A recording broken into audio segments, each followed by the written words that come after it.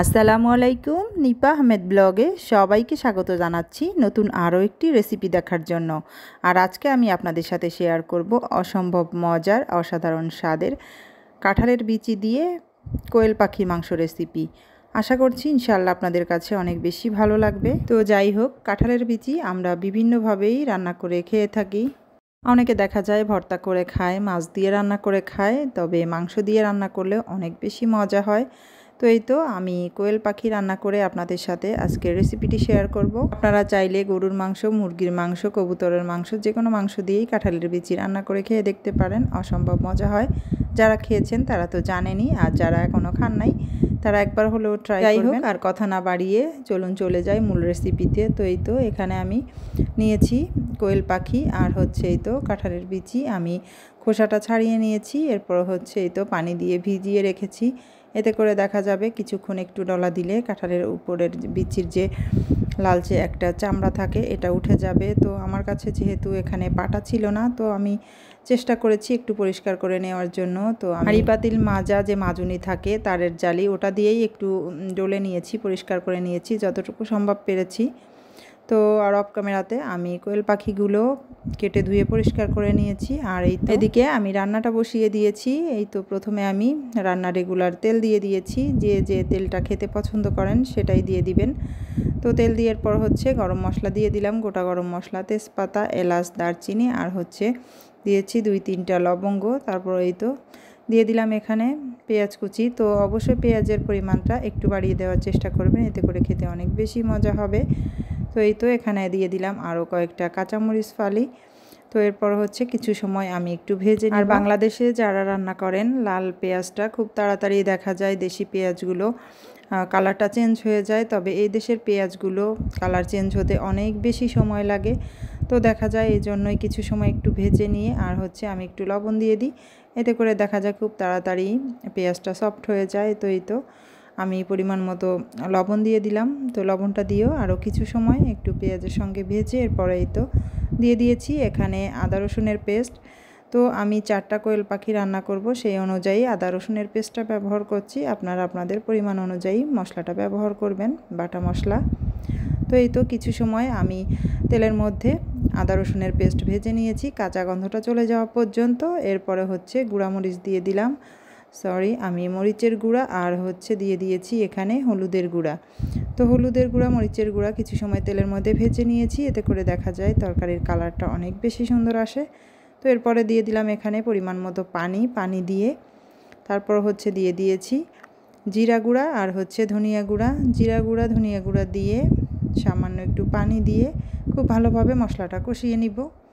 আর এখানে দিয়ে দিলাম 1/2 টেবিল চামচ পরিমাণ গরম মশলা গুঁড়া দিয়েও খুব ভালোভাবে মশলাগুলো কষিয়ে নিব। আর আমি তো সবসময় আমার রান্নার মধ্যে এই কথাটা বলেই থাকি যে কোনো রান্নার ক্ষেত্রে মশলাটা যত বেশি ভালোভাবে কষানো হয়, এতে করে দেখা যায় তরকারির টেস্টটাও অনেক বেশি ভালো আসে। আর এই তো অফ ক্যামেরাতে আমি অনেক সময় নিয়ে মশলাটা কষিয়ে যখন তেলটা উপরে ভেসে আসবে, তারপর হচ্ছে এই তো কেটে ধুয়ে পরিষ্কার করে রাখা কোয়েল পাখিগুলো দিয়ে দিচ্ছি। আর কোয়েল পাখি তো এমনিতেই অনেক বেশি ছোট থাকে, বাচ্চা কোয়েল পাখি রান্না হতে খুব বেশি সময় লাগে না। তো এই তো আমি কিছু সময় নিয়ে মশলার সঙ্গে খুব ভালোভাবে পাখির মাংসগুলো কষিয়ে নিব। তো একজনের রান্নার ধরন বা স্টাইল এক রকম হয়ে থাকে। আমি যেভাবে সাধারণত রান্না করে থাকি সেটাই আপনাদের সাথে শেয়ার করার চেষ্টা করি। তো এই তো এই পর্যায়ে আমি হচ্ছে কাঁঠালের বিচিগুলো দিয়ে দিলাম। যেহেতু কাঁঠালের বিচি সিদ্ধ হতে একটু বেশি সময় লাগে, এই জন্য আমি মাংসর সাথেই কাঁঠালের বিচিও দিয়ে দিচ্ছি, দিয়ে একসঙ্গেই খুব ভালোভাবে কষিয়ে নিব মশলার সঙ্গে। তো যাই হোক, ভিডিও দেখতে দেখতে যারা এই পর্যন্ত চলে এসেছেন অথচ একটা লাইক দিতে ভুলে গিয়েছেন, তো প্লিজ একটা লাইক দিয়ে আমার ভিডিওটি কন্টিনিউ করবেন। আপনাদের একটা লাইকই পারে আমার ভিডিওগুলো আরও অনেকের কাছে পৌঁছে দিতে, এতে করে আমি অনেক বেশি উপকৃত হব। আর এই তো এদিকে আমি খুব ভালোভাবে মশলার সঙ্গে একটু নাড়াচাড়া দিয়ে তারপর হচ্ছে আমি ঢাকনা দিয়ে কষিয়ে নিব মিডিয়াম আঁচে করে, আস্তে আস্তে করে। এই পাখির মাংসটা খুব ভালোভাবে মশলার সঙ্গে কষাতে হবে। আর যত ভালোভাবে মশলার সঙ্গে মাংসটা কষানো হবে, এতে করে দেখা যাবে টেস্টটা অনেক বেশি ভালো আসবে। আর ইদানিং আমার অনেক বেশি সাবস্ক্রাইবগুলো কেটে যাচ্ছে। সবাইকে এত বারবার বলার পরেও জানি না কেন সবাই স্প্যাম কমেন্টসগুলো করছেন। প্লিজ আপনারা স্প্যাম কমেন্টসগুলো করবেন না। নতুন যারা বন্ধু করে নিয়েছেন তারা প্লিজ সবাই এসে কমিউনিটিতে একটা কমেন্ট করবেন, এতে করে আপনাদের চ্যানেলগুলো খুঁজে পেতে অনেক বেশি সুবিধা হবে। আর আজকে যারা আমার চ্যানেলে নতুন ভিজিট করছেন তারা চাইলে আমার চ্যানেলটি সাবস্ক্রাইব করে আমার পাশেই থেকে যেতে পারেন। পাশে থাকা বেল বাটনটি অল অপশনে প্রেস করে দিবেন, এতে করে আমার নিত্য নতুন ভিডিও আপনাদের কাছে নোটিফিকেশন আকারে পৌঁছে যাবে আর আপনি আপনার সময় সুযোগ মতো আমার ভিডিওগুলো দেখে নিতে পারবেন। আর অলরেডি যারা এই সবগুলো কাজ করে দিয়েছেন তাদেরকে আমার পক্ষ থেকে অসংখ্য অসংখ্য ধন্যবাদ।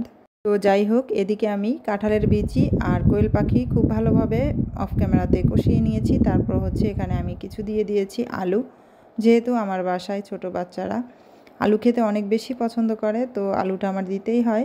তো আপনারা চাইলে স্কিপ করতে পারেন যাদের ভালো লাগে না। তো আলু দিয়েও আমি খুব ভালোভাবে কোয়েল পাখির মাংসের সঙ্গে কষিয়ে নিচ্ছি।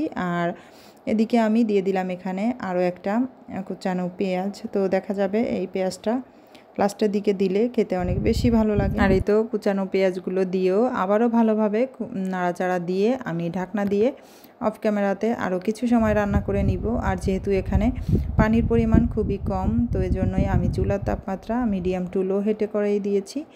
তো আর এই তো আমি একটু লবণ চেক করে দেখেছি, আমি আরও একটু লবণ দিয়ে দিলাম। তো অবশ্যই আপনারা লবণের পরিমাণটা ঠিকভাবে দিবেন, লবণের পরিমাণটা ঠিকঠাক না হলে খাবারের টেস্ট ভালো হয় না।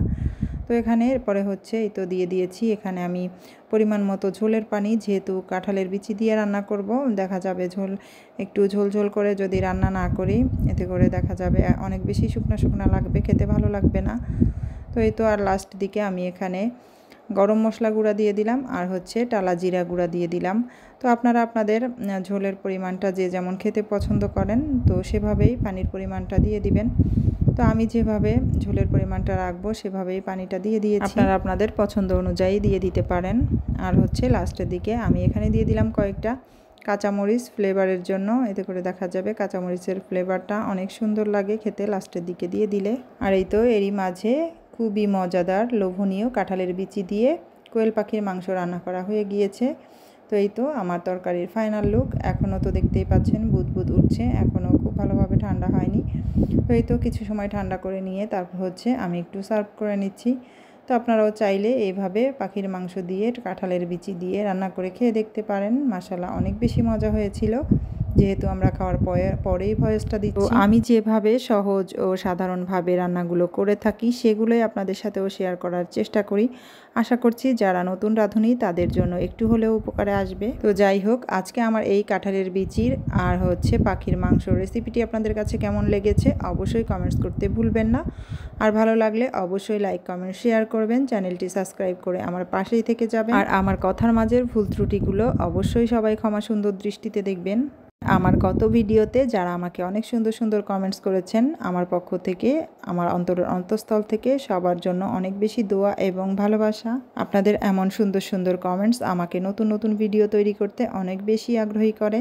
তো যাই হোক, অনেক বেশি কথা বলে ফেলেছি, আজকের মতো বিদায় নিচ্ছি। সবাই অনেক অনেক বেশি ভালো থাকবেন। আল্লাহ হাফেজ অ্যান্ড আসসালামু আলাইকুম।